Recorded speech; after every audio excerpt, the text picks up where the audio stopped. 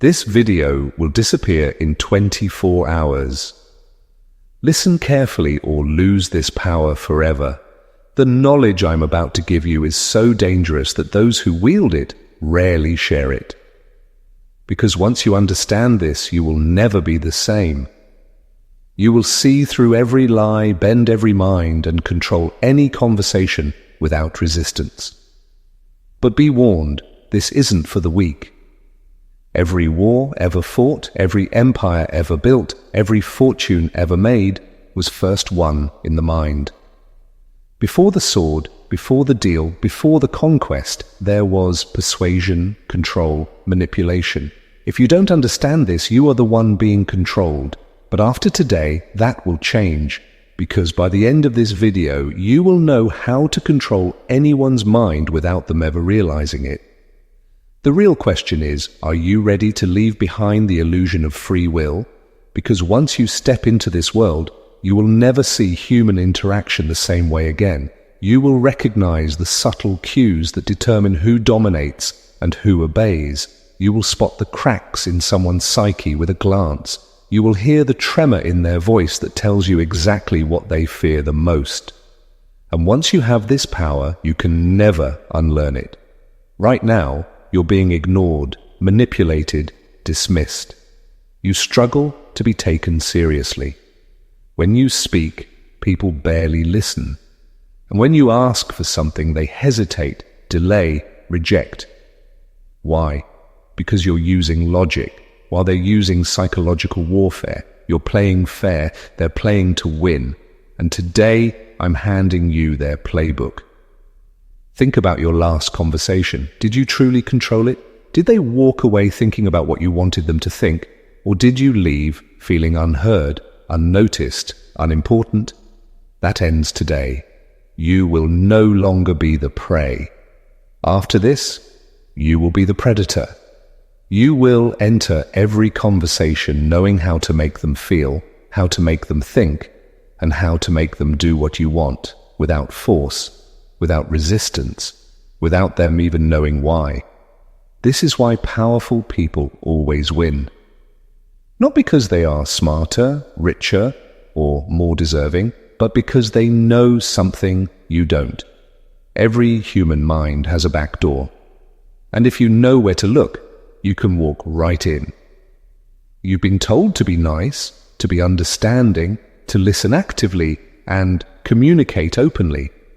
But that's not power, that's obedience. Listen closely. Manipulation is not evil.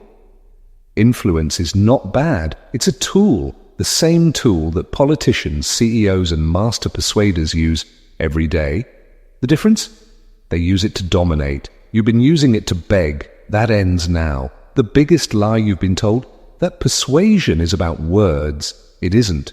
Words are only the surface. The true battlefield is the subconscious mind. If you don't understand how to reach it, you are nothing but noise.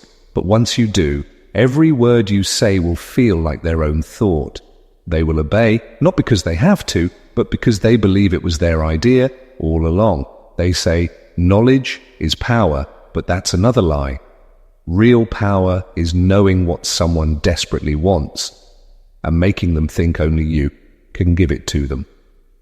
In 1993, a CIA interrogator broke a terrorist with one question. Who taught you to hate yourself? The room went silent. The man's breath hitched. In that moment, he was no longer an enemy combatant.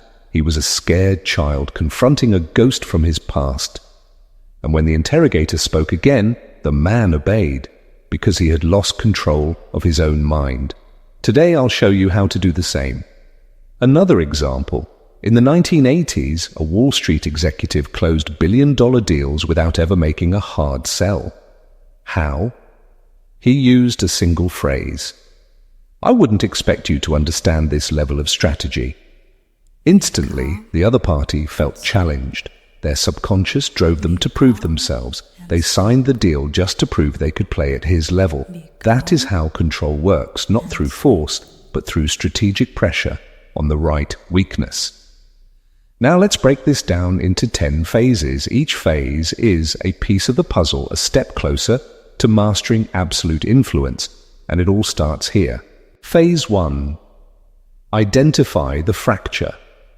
Every mind has cracks, hidden insecurities, unresolved trauma, and buried fears. Your first step is to find these fractures. People unknowingly expose their vulnerabilities in their words, reactions, and past failures. Watch how they react when a topic is mentioned. Notice hesitation, shifts in eye contact, or changes in breathing. When someone avoids a subject, they're protecting a wound. Dig deeper. Ask, what was the hardest thing you've ever overcome? They'll either deflect or confess. If they deflect, act intrigued. That's interesting. Most people answer right away. Silence makes them uncomfortable. They'll fill the void with something, usually a clue. Once they answer, mirror their words. If they say, "I lost everything," reply, "Losing everything must have been terrifying." When they nod, you've struck the fracture. Keep them talking. The deeper they go, the more control you gain. A person's vulnerabilities are their greatest weaknesses, but also their most sensitive areas of self-identity. By recognizing these cracks, you gain access to the parts of their mind they struggle to confront. This is why powerful persuaders, from negotiators to con artists, always begin by listening. People are more willing to expose themselves than they realize. They reveal their wounds in their frustrations, their hesitations, and even their casual complaints. A well-placed question or a moment of silence can be enough to make them offer up the information you need. The key is patience. Once you have identified a fracture, your next goal is to subtly test its depth. Not all wounds are created equal. Some people are aware of their insecurities and actively work to mask them. Others are completely blind to their own weaknesses, making them even more susceptible to influence. You must learn to distinguish between the two. Those who are self-aware may resist initially, but with the right pressure, they will still respond. Those who are unaware will fall even deeper into your control because they won't understand what is happening. When someone expresses an insecurity, never dismiss it. Instead, validate it subtly. For example, if someone says, "I always feel like I'm not good enough," don't rush to reassure them. Instead, respond with something like, "A lot of people feel that way, but not everyone admits it." This makes them feel unique in their pain, reinforcing the connection. If you can make them feel like you are the only one who truly sees their struggle, they will open up even more. The deeper they go, the more they will trust you. And trust, once established, is the foundation of control. Phase 2. Create emotional dependence. Once the fracture is exposed, you become their antidote. Humans are wired to seek comfort. If you can position yourself as their source of relief, they'll become emotionally dependent. This isn't about being nice, it's about being irreplaceable. Reaffirm their pain. You've been through a lot most people wouldn't understand. This builds a me versus them mentality. Make them feel special, yet misunderstood by the world. Then subtly reinforce that their healing comes from you. You're stronger than you think, I see it. Now, tie their confidence to your presence. If they feel better around you, they won't want to lose you. Every addict craves their fix. Make yourself the drug. The moment they start seeking validation from you, they are under your control. Emotional dependence is the mechanism that keeps people attached long after logic tells them to walk away. This is why toxic relationships, cults, and manipulative business partnerships last far beyond their expiration dates. People are not loyal to logic, they are loyal to the emotions tied to a person or experience. By becoming the primary source of comfort and relief, you create a bond that transcends rational thought. The best way to build this dependence is through contrast. Give them moments of validation and support, then withdraw it subtly. When they feel the absence of your encouragement, they will crave it. Humans are hardwired to seek pleasure and avoid pain. If their sense of confidence and security is tied to your presence, they will do anything to maintain it. The trick is to balance giving and taking, just enough to make them feel safe, but never so much that they feel secure without you. Another technique is exclusivity. Make them believe that what they receive from you cannot be found elsewhere. Statements like, "Most people wouldn't get this, but I know you do," reinforce the idea that you are uniquely valuable. If they internalize this belief, they will resist influences that try to pull them away from you. By the time they realize their dependence, it will be too late. They will justify their attachment, convincing themselves that you are essential to their life. At this stage, they will not only listen to you, they will defend you against anyone who challenges your influence. Phase 3. Isolate their perception. Control is easiest when a person no longer sees the world through their own eyes, but through yours. Most people assume their beliefs are based on logic and personal experience, but in reality, their perception is shaped by conditioning, by family, society, and past experiences they've never truly questioned. Your goal is to dismantle this conditioning and replace it with a perception you control. The best way to do this is not through direct confrontation, but through strategic doubt. If you attack their beliefs outright, they'll instinctively resist and defend them. Instead, you must implant a seed of uncertainty, letting their mind do the work for you. Start by asking ambiguous but unsettling questions like, "What if everything you've been told is a lie?" This forces them to stop and reflect. If they respond with curiosity, don't provide answers immediately. Instead, deepen the mystery. Think about it. Have you ever felt something was off but couldn't explain why? Their brain will search for instances where they felt confusion or betrayal. At this point, they are in a vulnerable state, questioning the foundation of their beliefs. This is where you begin subtly guiding them toward your perspective. Use confirmation bias to your advantage.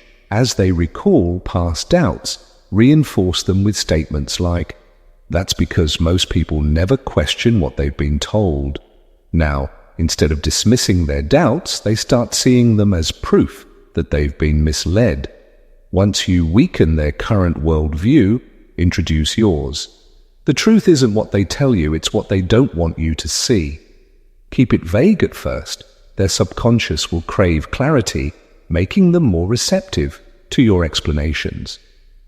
When they ask for specifics, use storytelling to make your perspective feel undeniable.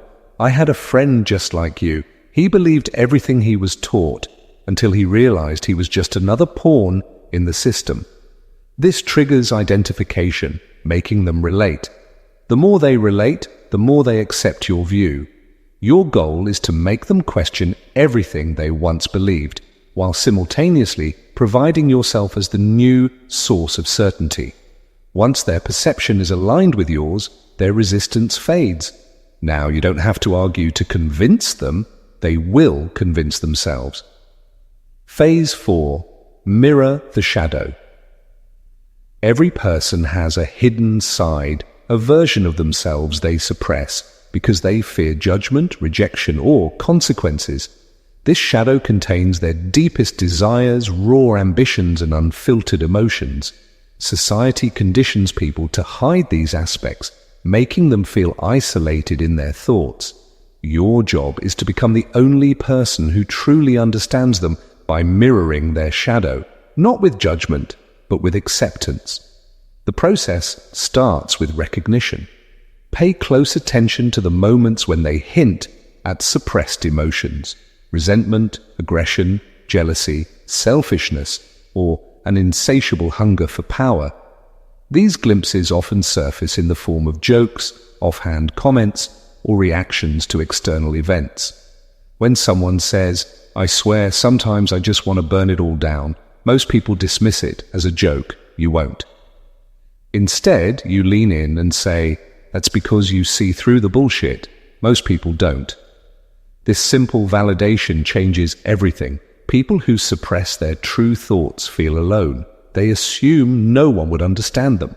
When you mirror their shadow back to them, you become the one person who gets them. The moment they nod in agreement, the bond strengthens.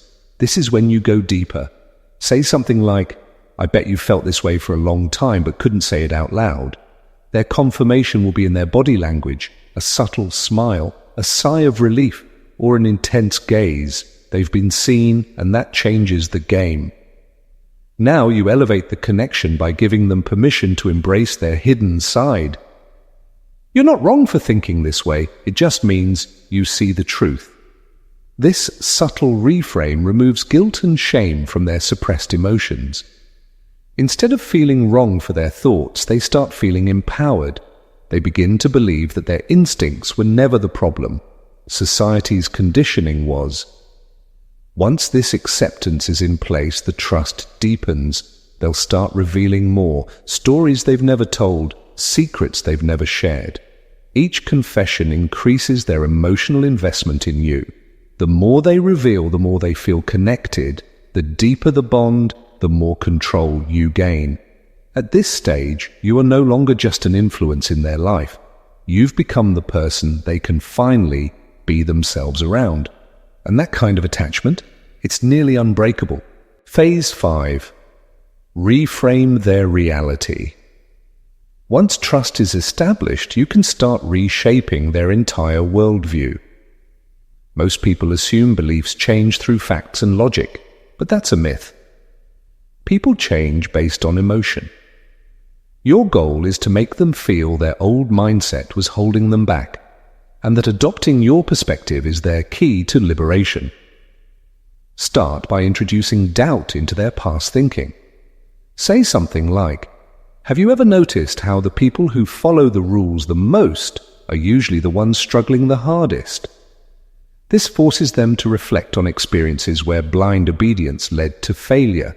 When they agree, solidify the thought. That's not an accident. That's how the system is designed. This makes them believe they were set up to fail, a powerful realization that makes them crave a new way forward. Now introduce a story that aligns with your perspective. People don't accept new beliefs because they are told to. They accept them when they see themselves reflected in a story. Say something like, "There was a guy just like you. Smart, hard-working, but he kept playing the game the way he was taught. Then one day, he realized something.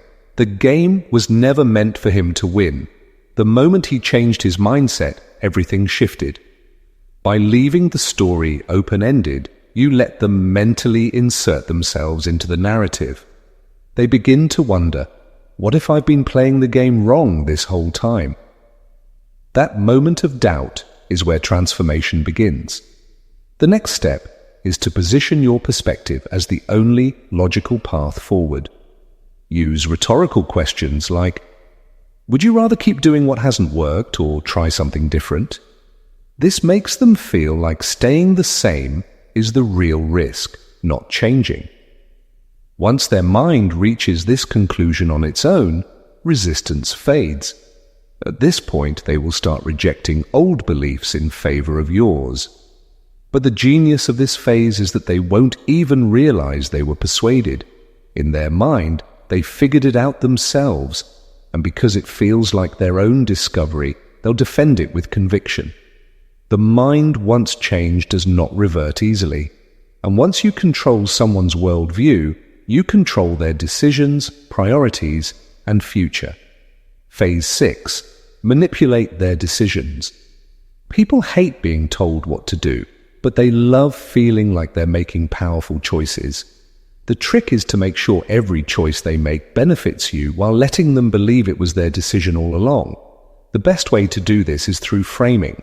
Instead of saying, do this, give them two choices, but structure them so that only one feels like a real option.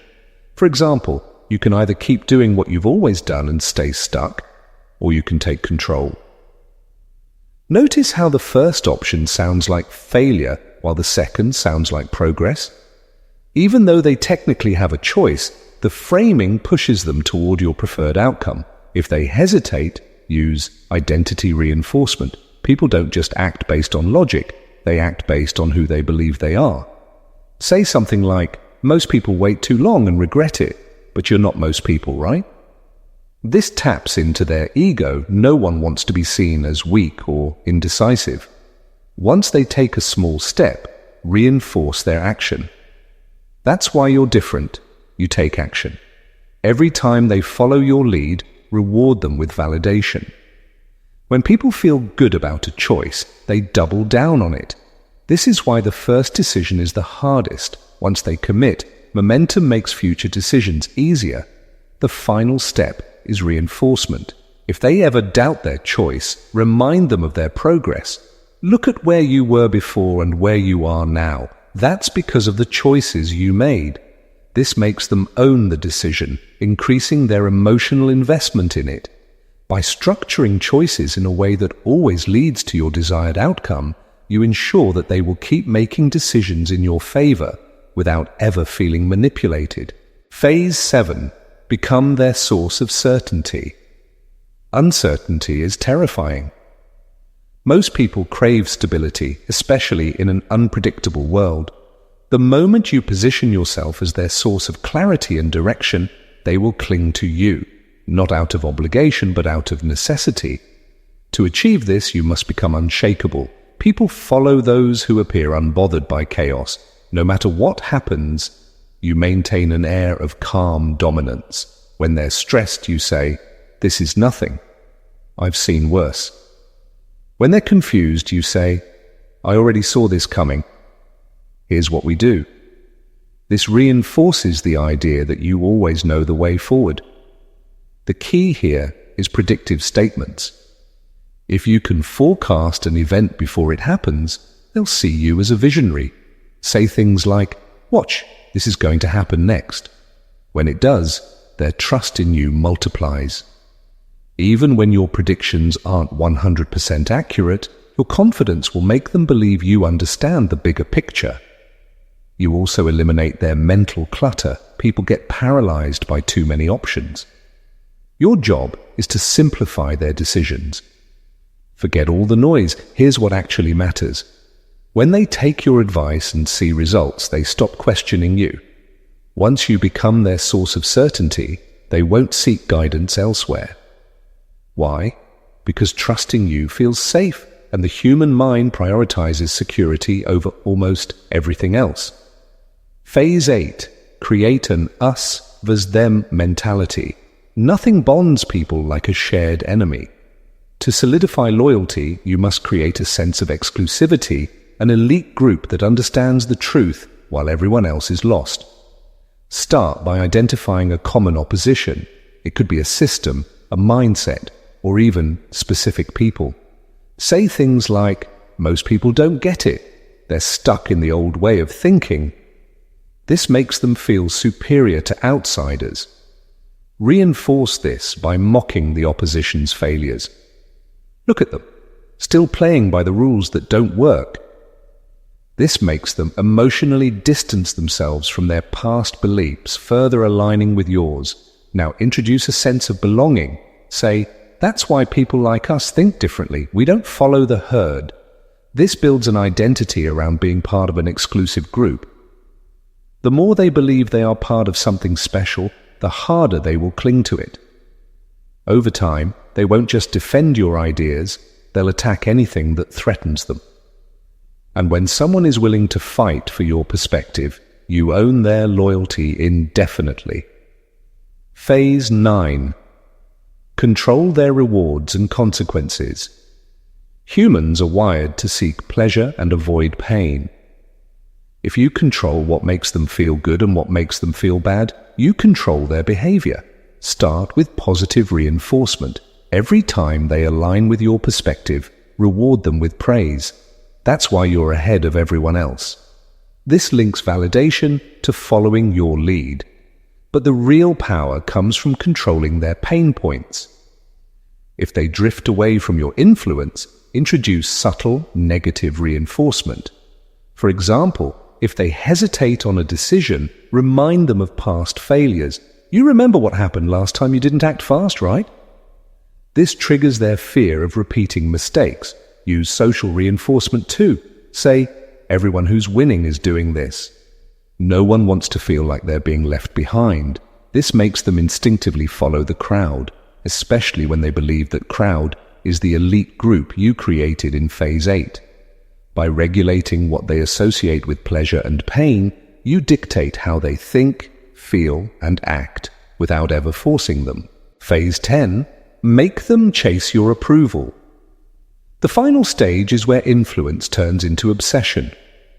At this point, your validation is the most valuable currency in their mind. The secret? Intermittent reinforcement. Instead of giving constant approval, make them work for it. If they expect praise but don't receive it, they will crave it. They'll start adjusting their behavior just to regain your approval. When they finally get it, it feels 10 times more rewarding, reinforcing their attachment. For example, if they do something well, delay your validation. When they ask for feedback, say, "It's good, but I know you can do better." This creates an emotional gap, one they will feel desperate to close. Then, when they least expect it, give them the approval they crave. Now that's what I'm talking about. I knew you had it in you. The dopamine rush they feel in that moment locks in their dependency on your validation. At this stage, they don't just respect your influence, they need it. They measure their progress based on your approval, ensuring their loyalty is permanently cemented. One of my students used Phase 2 in a business deal. When the client hesitated, he leaned in and whispered, "You're afraid this will fail, just like your last deal." The room went silent. The client swallowed, nodded, and doubled the offer on the spot. That's the power of psychological control. This isn't just a video, this is a protocol. Those who understand it will rise. Those who don't, they will remain pawns in a game they don't even see. The question is, which side are you on? If you're ready to wield this power, subscribe now. The weak will hesitate. The strong will take action.